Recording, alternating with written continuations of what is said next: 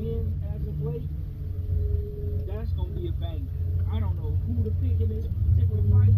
This fight could go either way, but I'm leaning toward Daniel Dubois. If you're gonna force me to put my money on somebody, I'm putting it on Daniel. But listen, if Joseph Parker walk out that ring with a W, I wouldn't be surprised because Joseph Parker has one of the best resumes at heavyweight.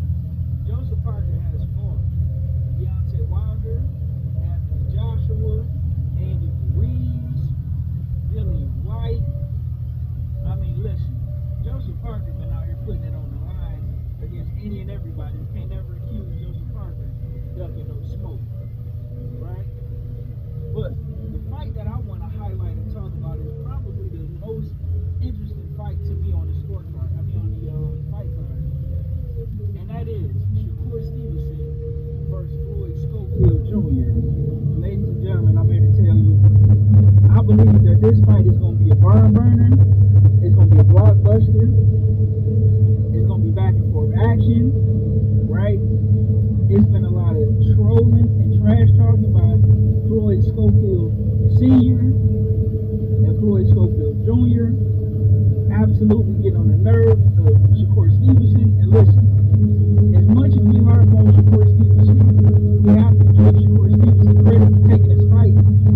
But the truth of the matter is, Shakur Stevenson has absolutely nothing to gain from this fight other than props and respect. There's nothing else in it for him, to be honest with you. And when you're taking on up-and-coming hungry fighters like this, and you taking these fights where you want to know, you're pretty much in a no-win situation because you're not going to get as much credit as you should for beating a guy.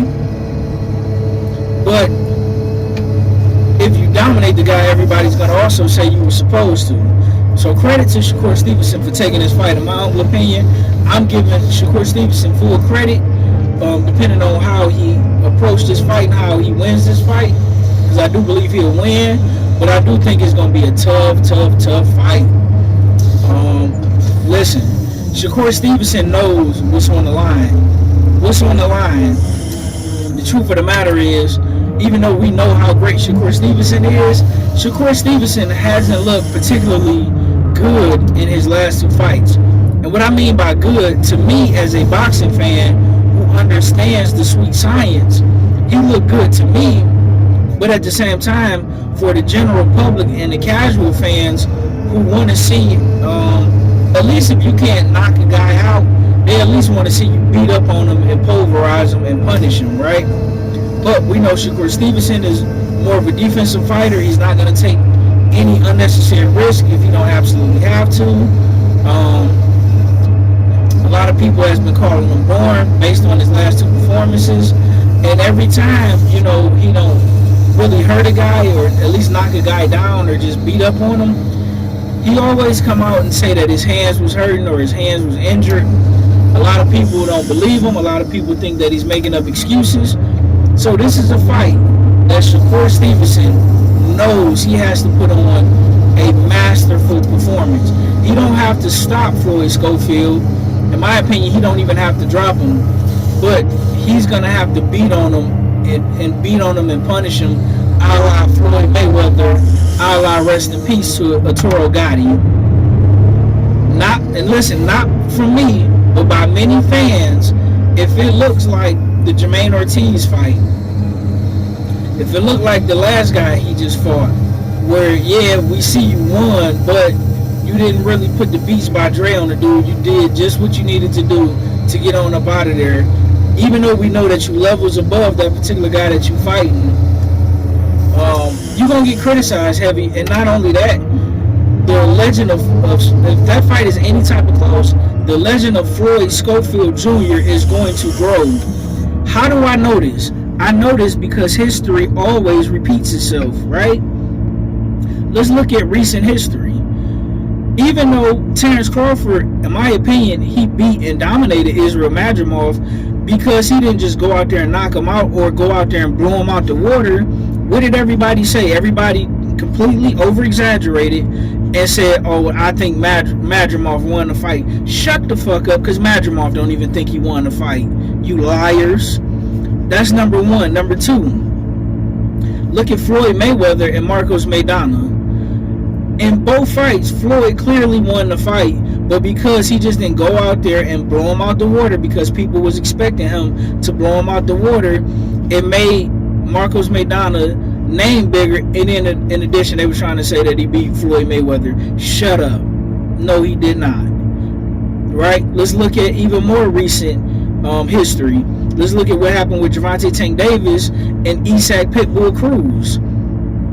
People was expecting for him to go in there and dog walk and knock out Isaac Pitbull Cruz. But what happened? He didn't do that.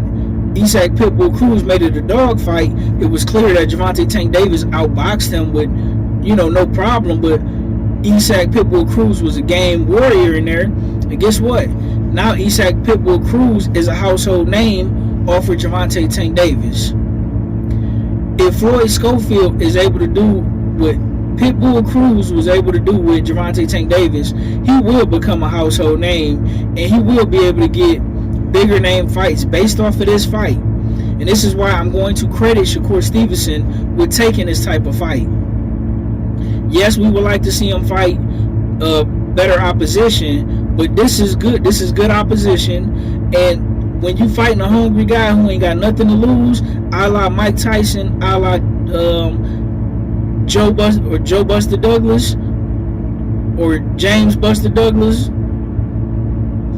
that's always in the back of your mind. That's extra pressure for the guy who has nothing to gain and everything to lose. That's immense pressure on your shoulders, because everybody's going to be looking for you to go in there and blast this dude out of there. Credit to both of these guys for taking the fight. Floyd Schofield, I'm going to give him credit, win, lose, or draw, because he didn't have to take this fight. He could have kept saying, listen, I'm young, I need to build my career, I'll fight Shakur down the line. But he didn't flinch. He took the fight that Jerron Ennis should have took. Jerron Ennis should have took that Terrence Crawford fight, but he didn't. Floyd Schofield Jr. is not going to squander an opportunity, and I got to credit the young man, and I'm going to credit Shakur Stevenson. This is the fight that I'm most looking forward to on this card, because this is going to make, this could change Floyd Schofield Jr.'s whole career trajectory in life. Tax bracket, everything can change, and Shakur Stevenson can lose it all. Let me know what you guys think in the comment section. I'm looking forward to this, and I'll be back with more on this card, because my God, this is a stacked card. Let me know what you think in the comment section. Subscribe to MDENT313. Hit a like button, subscribe, and let's continue to grow this platform. I'm out. Peace.